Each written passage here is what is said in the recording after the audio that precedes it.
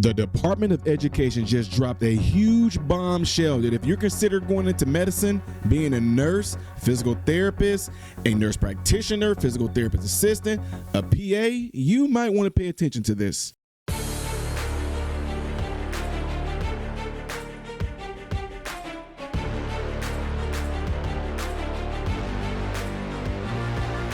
How are you good people doing, my American-born brothers and sisters? Welcome to the channel. I'm Ty Smith. You're watching my channel, Model Renaissance Man, which I'm greatly appreciative of. Make sure you guys are following me up here, follow me down here. Click this to help me. Thank you. And if and when you do subscribe to the channel, click the bell notification. That way you'll be notified whenever I do post a video. Lastly, do not forget to check out my other channel called Man, Husband, Father. And everything I ask you to do on this channel, make sure you do it over there. So ladies and gentlemen, I'm getting ready to hop right on into this story because this is something that's being rocked. And as a director, we got hit with some information. It has been making it across the news. And it has come to a lot of people, whether you are a director, whether you are a nurse, a physical therapist assistant, occupational therapist assistant, or what we call a COTA, C-O-T-A, a CNA, nurse practitioner. If you want to try to go higher, become a nurse anesthetist, physician's assistants, orthopedic physician's assistants. The Department of Education has dropped a huge bomb that I think everyone needs to pay attention to. And this can be something that can be very, very detrimental to those of us that are in medicine. Check this out. So I got a question for you. What is a professional degree? The U.S. Department of Education has a new definition about this. By its new standard, professional degrees include those in medicine, dentistry, and law. But programs for audiologists, physician assistants, and nurses are not considered professional.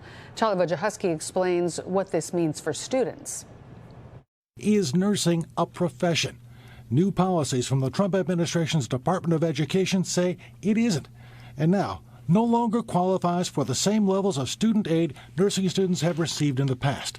Lorna Finnegan is the dean of the Loyola University School of Nursing. To be honest with you, I'm absolutely appalled. This really, now with the demand for nursing outpacing the supply, this is really going to cause people who are thinking about entering the profession to reconsider. For hundreds of thousands of students studying nursing, the funding cuts will be significant, according to the dean of nursing at UIC. Now, student loans are being tied to that definition of a profession. So, for example, if you're in medical school or in dental school or in pharmacy school, you can borrow up to $50,000 a year for your education. If you're in nursing school, you can only borrow up to $20,500 for an education. And many of our more advanced degrees cost significantly more than that. The American Nursing Association says the new policies will hurt its members and reduce the number of nurses in the future. Capping nursing education at $100,000 isn't going to work.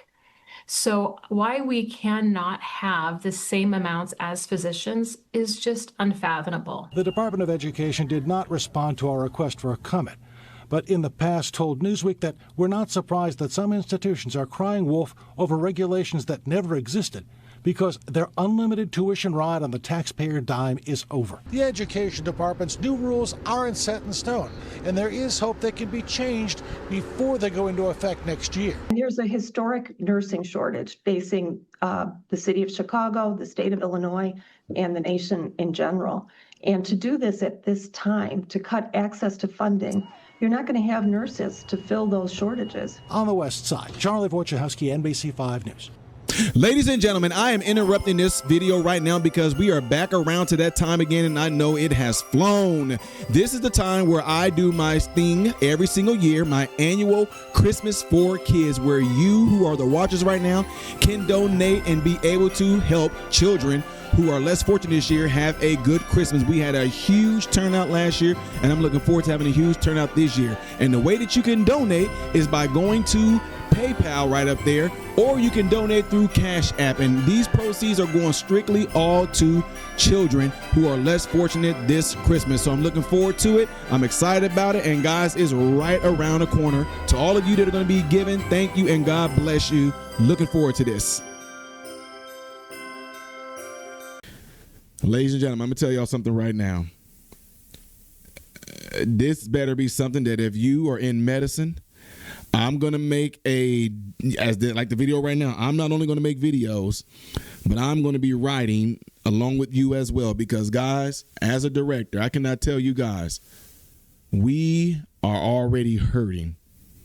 The multiple facilities that I direct in, from Chicago through Central Illinois, down in the St. Louis area, the amount of shortages we have of nurses, PAs, nurse practitioners, physical therapists, occupational therapists, PTAs, COTAs, even CNAs, the shortage is crazy. I'm telling you, it's crazy. One of the biggest problems that we have in a lot of our facilities across Illinois and Missouri is that we're constantly having to use what we call agency. They're better known as being PRN, but we are hardly ever in our SNF facilities or skilled nursing facilities, in our assisted living facilities, and a lot of our people that just need the basic home health with having a 24-hour nurse or even just nurse that switch shifts. The shortage is crazy low. You can hardly find anyone that stays in there and they stay within the profession full time. We can hardly find full-time nurses, hardly find full-time LPNs, hardly find full-time RNs. And now, through the wording that they're putting, if they deem those professions not to be professional, and they, like you heard in the video, they only allow a certain amount of money when it comes to how much they're going to loan out, man, y'all, unless the Trump administration along with the Department of Education come up with something else, something's going to have to happen, because you're going to have already, guys, either these colleges' tuition is going to have to drop for these programs, or there's going to have to definitely be grants given for those that want to go into the medical profession, or you're going to have a whole bunch of people that's going to turn away from it. And I'm telling you right now, we already have we have shortages of doctors. We have shortages of across the whole medical field. We have shortages of those that deal directly with patients, clinicians rather, there's a shortage. This right here is definitely going to hurt. And we already have it to where I communicate with my colleagues from Illinois, Missouri, Tennessee, Florida. It's those states that I just named. The same exact thing goes on in and this is across all major cities in those areas. People are already getting to a point to where they're burned out in nursing, in therapy.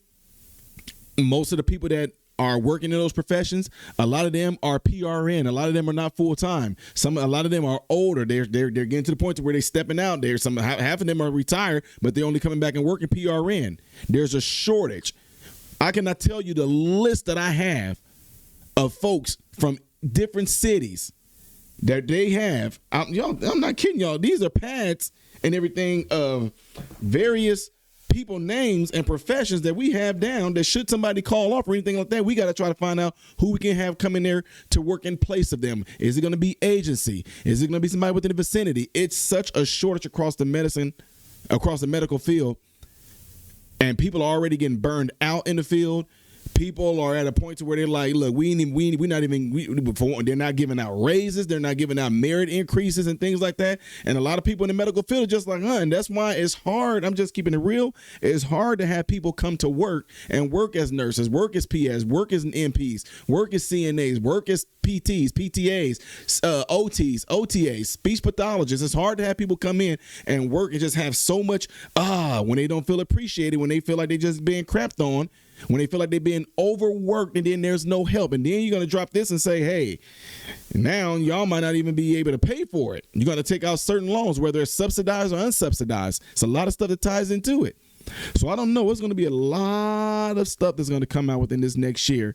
And we're going to see. But you hate it because it's going to be the patients, customers, residents that are going to suffer from this. So those of you that are watching this right now, whether you are a doctor, whether you are a nurse practitioner, PT, PTA, OT, OTA, LPNs, RNs, Let me know what y'all think about this thus far by leaving the comments below after this video. And let me know if there's anything else that you guys heard as well. Don't forget to do what you see in these elements right here to greatly help the channel. And if you would like to see the next video that I will be doing after this in the chronological order, it's going to be up there. Things I did as of yesterday right here. If you have not subscribed to the channel, just click this. I am Ty Smith, Model Renaissance Man, and I hope and pray that every last one of you have food, shelter, and clothing. And most of all, praying every last one of you guys in great health mentally, physically, emotionally, spiritually. God bless you all through Jesus.